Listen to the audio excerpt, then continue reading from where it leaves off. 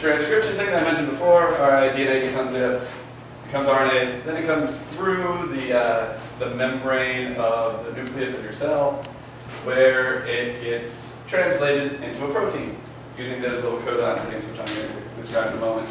But before that happens, huge chunks of it get thrown the fuck out. So it's not just a linear thing, it's not just this gets turned into that, it gets turned into the RNA, and then these chunks just get thrown out. No one is exactly sure what the functional purpose of that is, because it would seem evolutionarily inefficient to have all this happen, but people aren't sure. A lot of these do become functional RNAs, but also the locations are always at C, U's, and AG's. This is very highly conserved amongst all species of eukaryote that, by the way, this is just eukaryotic organisms, so like plants, mammals, things. This is what your intron structure is. This is what's sort of going on here. So it's like moving around on itself and then pinching together, and then these big loops get thrown out. So remember, the intron is kept out and the exon is kept in. Totally makes sense. I think it's because of the loops. I don't really know. But all of this shit being thrown out allows shit to get really crazy with DNA transcription, because rather than just having a gene here, maybe a gene here, you can have a gene here, well there's a gene here, and some of it's jumping over different parts, so depending on whether it's getting read this way or that way, you can get completely different genes in the exact same place in the DNA. Prokaryotes, bacteria. I'm not going to go into bacteria very much, except to mention shit's a lot simpler with them. There are no introns. It just gets read. There's no membrane. It becomes RNA. It becomes a damn protein. Done. Oh, and it's circular. It doesn't have ends. It just keeps going in the loop forever. It's only vaguely relevant to the eukaryotic talk because we have mitochondria, which make energy in the cell, and they're actually bacterial freeloaders that have become part of our cells, and it's another chunk of DNA that we have. But it's, and it's maternally inherited. And yeah, that's all I'm going to talk about on that. So, the RNAs become proteins by way of translation, which every 3 letters of the RNA now get turned into an amino acid based on this here fancy thing. So, if you have an A followed by a G followed by a G, you're going to get arginine. There's 22 of these, I believe, that are represented by letters of the alphabet that I don't go through. Methionine, AUG, is always going to be the start of a gene. And then UAAG or UGA, they're going to be stops to a gene. So there's 3 different combinations that can stop a gene, only one that can start it. And then several of these amino acids can become things based on completely different things. This is the shit I deal with every day, that's all. Alright, so your protein structure is what determines function. So once you have all those aminos, they turn into these things that are kind of like this, but don't look like this at all. And depending on the structure and what aminos are in them, they form these pleated sheets or these helices, and then have various strands that go between them.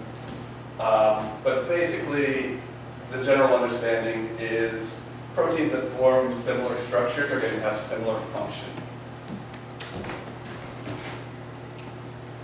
All right, so that's the parts that become genes. That's maybe 10% of your genome. I'm pulling a number out of my ass here. I meant to look this up and forgot. So you've got a lot of other shit in there. You got repeat sequences. There are chunks of DNA that look exactly like other chunks of DNA that just go throughout the genome. Sometimes repeat multiple times, sometimes repeat hundreds of times. You've got telomeres at at the end of your chromosomes, it's just a string of A's. Oh, also at the end of genes, we generally have a poly A tail where it's a whole bunch of A's. Centromeres contain a bunch of repeats. It's that little pinchy area.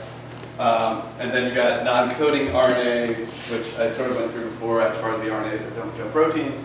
And then you've got what's called junk DNA, which was an unfortunate term that was coined in the 60s and immediately thrown out by researchers, except the researchers that wanted to use it to show that they somehow found a function to junk DNA. But really, no one considers it junk DNA since like the 60s. It just caught on because it sounded good. So yeah, the telomeres, those are the little highlighted parts at the end of the chromosomes there. The centromere is the number 2, where it's got that little pinch. This is where DNA is very tightly wound. It's very hard to access. And actually, the human genome or any other reference genome, which I'll get to what a reference genome is later, areas that are tightly packed, such as the centromere, are really hard to sequence. So there's a lot of questions about whether or not it's doing anything, and it's hard for us to tell because we can't sequence it. So what's going on with these repeated sequence? We have terminal repeats. These are identical DNA repeats that just keep going hundreds or thousands of times in a row. Then you've got the shorter ones that repeat themselves just a couple of times. Sometimes you've got palindromic repeats, where it's the same sequence of letters forwards and then backwards and forwards and backwards, because duplication errors and whatever. And then interspersed repeats, there's a bunch of these. A lot of these are actually bacterial and viral holdovers that are millions of years old and have just accumulated from like viral infections in the DNA. And other things that I'm sure I'm not remembering correctly.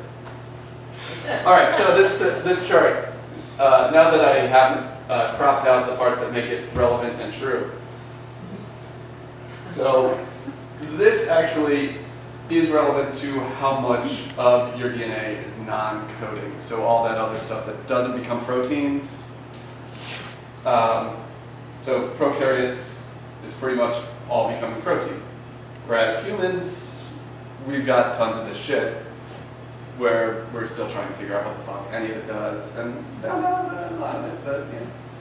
So, enough of what the fuck proteins.